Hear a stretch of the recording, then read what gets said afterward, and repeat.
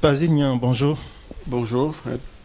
Vous êtes le fondateur et le manager de SocialNet Link, qui est une plateforme spécialisée dans l'information concernant les TIC.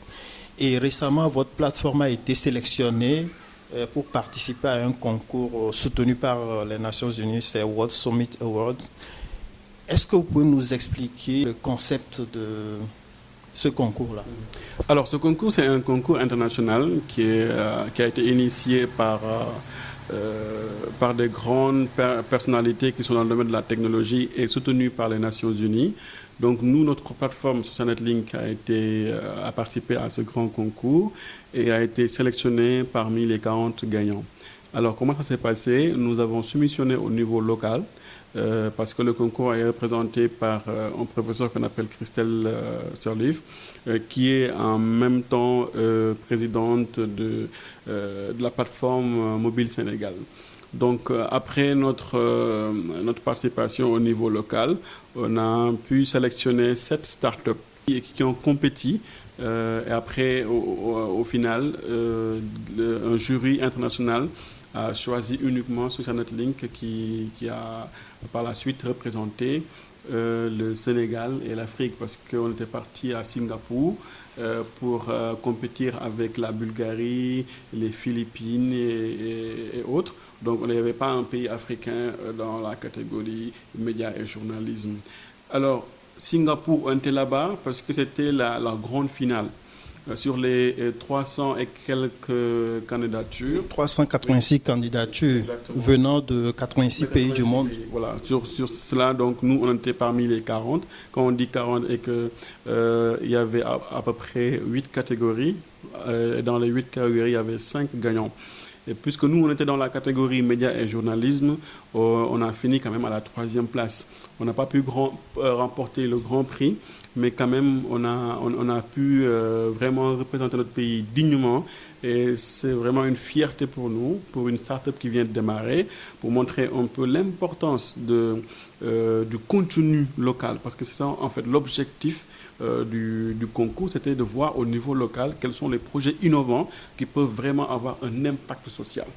Alors, Basile, le concours s'est tenu du 29 juin au 1er juillet. Pour effectuer ce voyage, pour participer à ce concours, vous avez eu énormément de difficultés. Est-ce que vous pouvez nous expliquer un peu comment ça s'est passé? Oui, énormément de difficultés parce que alors, les organisateurs, c'est uniquement les organisateurs qui avaient prévu de nous envoyer un billet d'avion. Donc, dans le concept, on devait acheter un billet d'avion et arriver sur place. Le billet d'avion sera remboursé par les organisateurs. Mais malheureusement, on a eu des difficultés pour y participer. Mais finalement, une personne quand même est partie mon associé est parti à Singapour pour représenter notre structure. Nous avons quand même déposé des lettres au niveau de la RTP, au niveau du FD Sud, au niveau de l'Agence de l'informatique de l'État, aux structures vraiment étatiques pour qu'elles puissent nous soutenir. Mais malheureusement, on n'a pas eu de retour. Et on a fait avec les moyens du bord et c'était quand même un peu dommage vu qu'on avait déposé des lettres. Mais bon, puisque vous savez, au Sénégal, le fait de déposer ne veut pas dire que le message est arrivé. Donc, on n'a pas pu vraiment avoir... on n'a pas pu avoir le soutien des institutions étatiques, à part l'ADIE, qui nous a quand même pris le temps de nous envoyer une lettre pour nous dire que quand même la procédure a été déclenchée pour un soutien financier. Et vraiment, on remercie l'ADIE quand même qui a fait ce pas-là. Mais quand même, on va remercier la RTP parce qu'au moins, ils ont essayé. Mais bon, vous savez, avec les procédures au niveau de ces agences-là ou bien de ces structures-là, c'est compliqué. Et c'est une déception. Vous avez le sentiment que l'État ne prend pas au sérieux le secteur des TIC ou bien ne prend pas au sérieux les jeunes qui osent entreprendre? Moi, je pense que l'État doit revoir sa politique d'accompagnement des startups. Parce qu'aujourd'hui, c'est difficile de le dire, mais c'est regrettable quand même de voir que souvent les jeunes ne sont pas soutenus. Parce que je pense qu'un concours comme ce genre de concours-là, on devait être accompagné par l'État du Sénégal. Mais en général, le problème est quand vous faites la demande, on vous dit que la demande n'est pas passée à la personne adéquate, etc.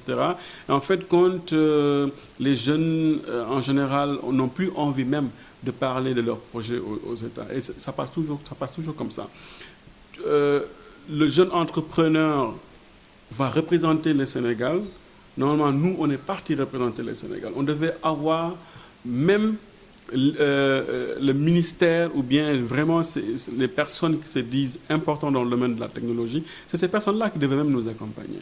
Mais malheureusement, on n'a pas eu cet accompagnement-là, mais on est déçus, mais le combat continue. Il ne faut pas aussi miser derrière ces gens-là pour pouvoir avancer. Il faut croire en soi et aller de l'avant. Mais c'est quand même déplorable. Alors, vous avez pu quand même occuper la 3e place, vous avez ramené un trophée.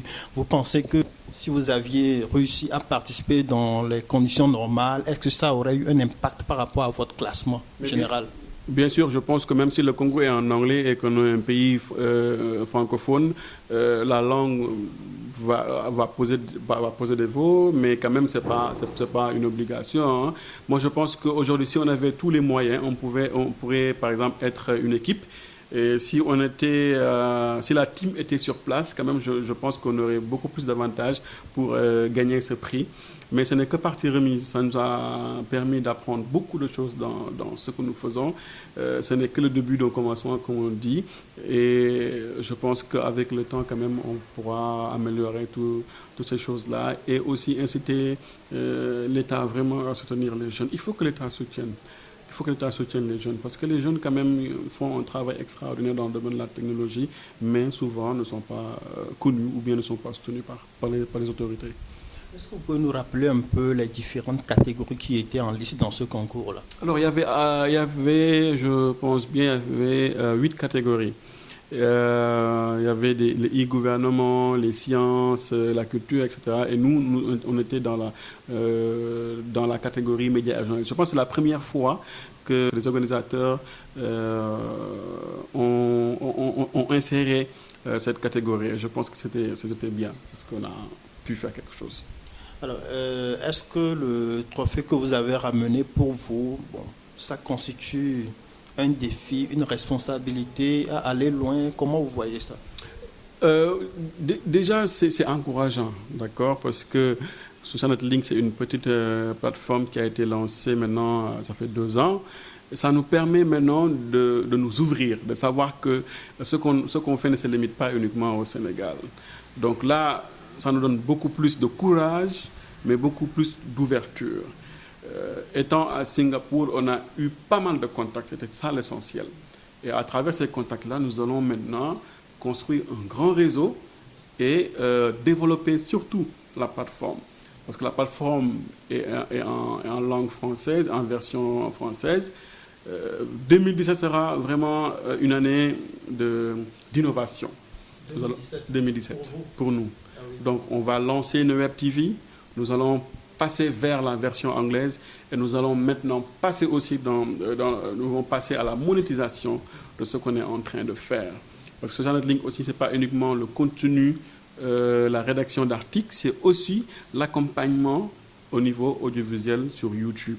On est très connu dans ce sens-là. Je pense qu'avec ce qu'on a comme expérience, on peut vraiment réussir et toucher l'Afrique en tant que tel. Notre objectif, ce n'est plus maintenant le Sénégal, mais c'est le continent africain, le monde entier. Pourquoi pas? Alors, SocialNet Link, votre start-up emploie combien de personnes? Alors, aujourd'hui, nous sommes 3.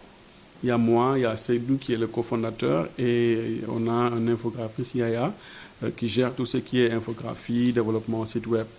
Et actuellement, on travaille en collaboration avec 3 journalistes, des journalistes et des blogueurs.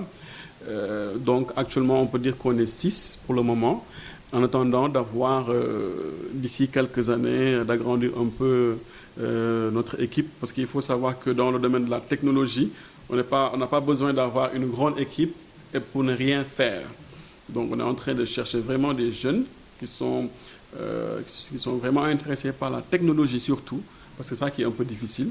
un journaliste qui est spécialiste dans le domaine de la technologie ou qui est intéressé par la technologie.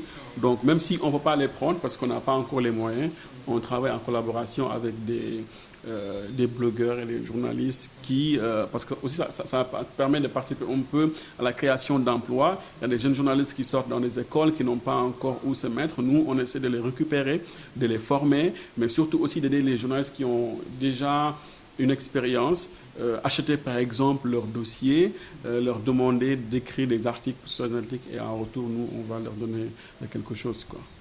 Alors, Bazigne, au Sénégal, chaque jour qui passe, on entend des discours. Les gens disent les TIC, c'est l'avenir, les TIC, c'est le futur. Il faut booster le Sénégal sur ce plan-là, mais on ne comprend pas que dans ces conditions, on ne puisse pas vous soutenir pour aller participer à un concours international. Moi je ne peux pas donner une réponse à cette question parce que je ne comprends pas du tout. Franchement, je ne comprends pas. Et vu que le Sénégal, avec tout ce qu'on parle dans le numérique, d'où même le projet Sénégal numérique, je ne vois pas encore ce soutien envers les jeunes startups. Moi, lorsque j'ai entendu un ministre dire que les jeunes n'ont pas de projet bancable, j'étais étonné. J'étais étonné parce que je me suis dit, voilà les autorités qui ne savent pas ce qui marche dans ce pays. Mais allez-y voir un peu partout dans les incubations, il y a pas mal de jeunes. Tous les jeunes sont là, ils ont des projets, mais ils ne trouvent pas de financement. On dit, ouais, des business plans de gauche à droite, mais ce n'est pas ça le problème. Il faut descendre sur le terrain, voir ce que les jeunes sont en train de faire et les soutenir. Aujourd'hui, c'est difficile pour un jeune d'entreprendre. Et je pense que aussi, ça doit être dans la politique de l'État, la façon dont on soutient les autres startups ou bien les entreprises qui sont dans d'autres domaines. Les technologies, vraiment, doivent être soutenues parce que c'est ça, en fait, qui met en avant le Sénégal, etc. Donc, je pense que vraiment, il faut revoir cette politique de l'État pour soutenir les jeunes entrepreneurs parce qu'ils sont vraiment très fatigués dans ce sens-là.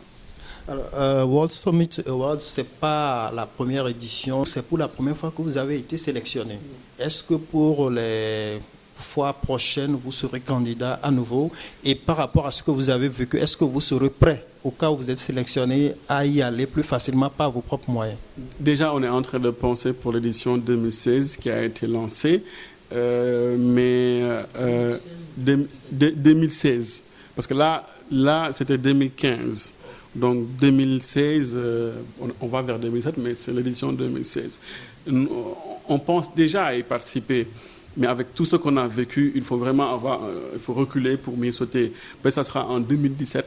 Nous allons essayer de voir comment faire pour participer encore, se préparer et pourquoi pas amener la coupe parce que c'est une première que le Sénégal, c'est la première fois que le Sénégal participe, non pas participe, mais c'est la première fois que le Sénégal a été sélectionné pour participer à ce concours-là. Je pense que c'est une bonne initiative. Et c'était le seul pays sur le plan africain? Exactement, c'était le seul pays sur le plan africain.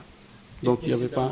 Pays africains ont... Exactement. Donc d'autres pays ont été sélectionnés, mais c'est le Sénégal vraiment qui a pu réussir. Et au départ, puisqu'on était 7 startups, on en a choisi une seule, c'était nous, et c'était vraiment une fierté. Bazigne, ce n'est plus qu'un qu'on vous remercie. Merci Fred.